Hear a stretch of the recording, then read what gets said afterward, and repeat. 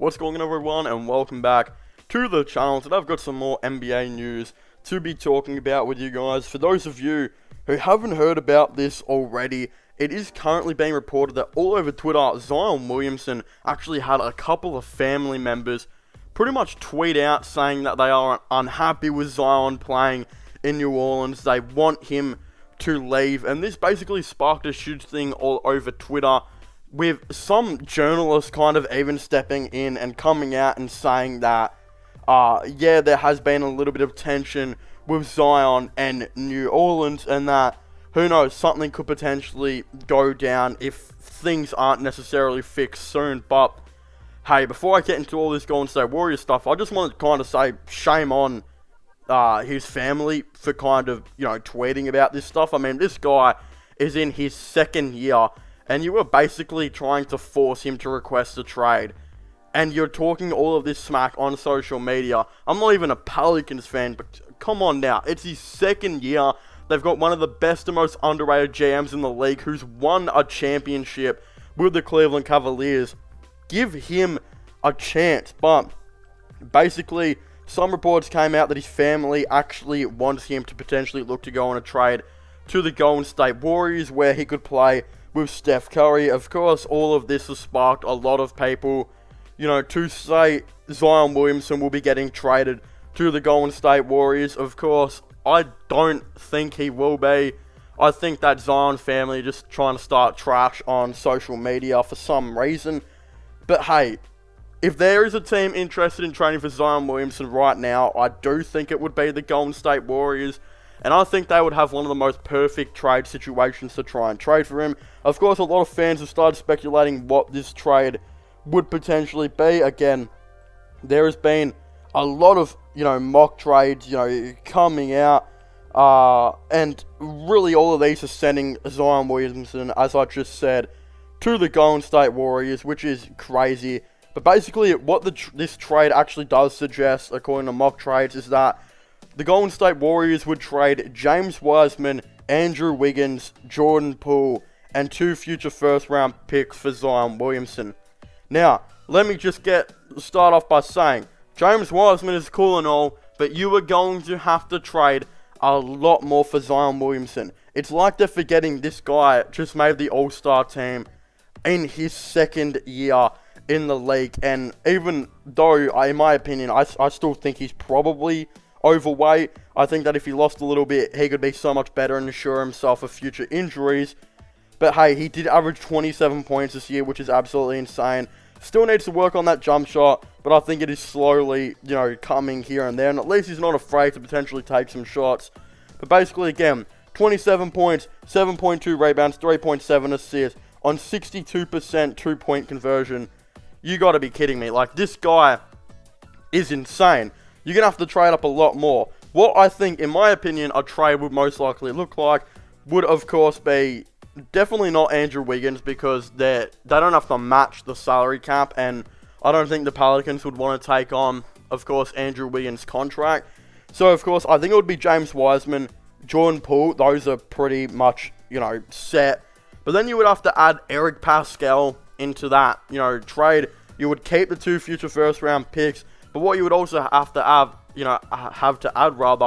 is the 6th overall pick this year, which is, again, it is top 3 protected to the Timberwolves, so if it falls in there, again, the Timberwolves will get to keep the pick. If it falls out of the top 3, which I think it most likely will, the Warriors will get to keep it. Right now, it's at the 6 lottery odds. They also have pick 14, so they'd have to trade 6, 14, I think another 2 future first round picks, so it'd probably be James Wiseman, Jordan Poole, I'd say 4 future first round picks, 2 picks this year, and Eric Pascal would probably get the deal done. Then the Pelicans would get 6 picks, a young dude, a couple of young guys in James Wiseman, Poole, and Pascal. And you might be like, wow, you're way overpaying for Zion Williamson. He's not worth 6 round picks. Well, again, you got to be kidding me if he's not worth 6 first round picks. This dude literally is only 20 years of age and he's averaging 27 points. Could you imagine what he could do at the Golden State Warriors if he started at their small ball center? If he played that small ball center role, which I know they would definitely place him at. You know, he hasn't played that much small ball center at the Pelicans. I know they'll definitely run him a lot more there once they trade Steven Adams. But could you imagine if you had Zion Williamson as your small ball center alongside Draymond Green, Andrew Wiggins, Steph Curry, and Klay Thompson? There is nothing that team doesn't have. If you have Zion Williamson driving to the paint, he's, you know, most likely going to be making an open layup or a contested layup. Or he's going to be kicking it out in an elite shooter in Steph Curry, Klay Thompson, or maybe like an Andrew Wiggins type of player.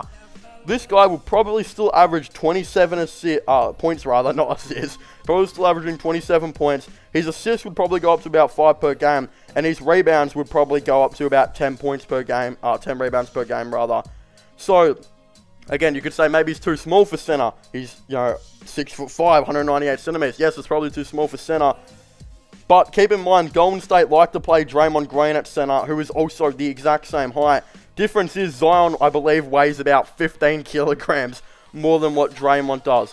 If they could get Zion to this team, the Golden State Warriors would probably be one of the most unstoppable teams ever seen. That team, you couldn't stop it. Like, look, I know there are a lot of good rim protectors in the league, but let's look at some of the best ones. Jarrett Allen, Zion Williamson and a small ball center. There is a chance he just bodies Jarrett Allen. Look, Allen might get a couple of blocks per game, but hey, I don't think Jarrett Allen's going to be able to keep up with like Zion Williamson's speed or anything like that. So it would be absolutely crazy. Not just that, the Pelicans are not going to be trading Zion Williamson. He is their franchise player. He'll probably average like 30 points per game next season, especially if he stays off the injuries. I know the Golden State Warriors will be interested in him, and of course they will offer a trade, especially after what his, friends and family have come out here and said. So yeah, again, of course they're going to be offering a trade. But hey, this is where it comes in to be like a thing. If you were the Pelicans and you were to make this deal, let's just say he did request a trade for some reason, you would get a lot in return. Keep in mind, you would definitely get, like, if James Wiseman, James Harden, rather, who had like 2 years left on his contract, and, started to get more injuries here and there, was looking a little bit unhealthy. If he got traded for like 8 future first round picks and a couple of really good young players, I know Zion Williams is not as good as he is, but Zion has the potential to be one of the best players in the league, and he's averaging 27 points per game in his second year, and you'd probably have him guaranteed for another, 5+ years, especially if you sign him to a max contract, which the Warriors would. Not just that, it'd be complete domination. They've played literally Kevon Looney as their small ball center for so many years now. Could you imagine the upgrade from Kevon Looney to Zion Williamson? The Warriors team would be unstoppable. Like, what wouldn't that team have? The defense would be there. I know Zion's not exactly the tallest, but I don't think he'd be getting bodied to the paint. Look, he might struggle against dudes like Karl Anthony Towns, but if he's struggling against them, maybe you just say, alright, we'll move him to power forward, and then Kevon Looney will come play center. Something like that. I'm sure they could figure it out. They would have an elite shooting team. Like, the team would probably look like, again, Steph Curry at point guard, great shooter, greatest of all time. Klay Thompson at shooting guard, elite shooter. Andrew Wiggins at small forward, great shot creator. Draymond at power forward, who'll be the main playmaker for the team like he was last year. And then Zion Williamson as your small ball center. Then off the bench, you would probably have Kent Bazemore, Damian Lee, Nico Mannion, who are all very, very good shooters. Kelly Oubre probably is your power forward, who's not a great shooter. And then Kevon Looney is your backup center. There are shooters everywhere in that team, plus a really good defense. I think it would be absolutely insane. So, of course, again, they're going to really have a good team if they want to make this happen. But even the Pelicans, if they could bring in like James Wiseman and a bunch of first round picks for a dude that didn't want to be there, you'd probably, be pretty thankful. But again, I still think Zion wants to be there. I think his family are a little bit delusional, and I think are completely out of line to be posting this on social media. Like, it's kind of really weird considering the Pelicans were the ones that gave their family member a chance at pick 1, and you go and do this to them. It's a bit odd. But hey, I really wanted to thank you guys so much for watching this video. Make sure to leave a like and subscribe to the channel. Don't forget to comment in the comment section down below. What are your thoughts and opinions on the Golden State Warriors being interested potentially in Zion Williamson? Don't forget to subscribe to my gaming channel and my IRL/vlog channel. Don't forget to check out my podcast as well if you haven't already, which I will link in the description, down below. But as I was saying, thank you guys so much for watching this video. Make sure to leave a like, subscribe, and comment, and I'll see you guys next time. Goodbye.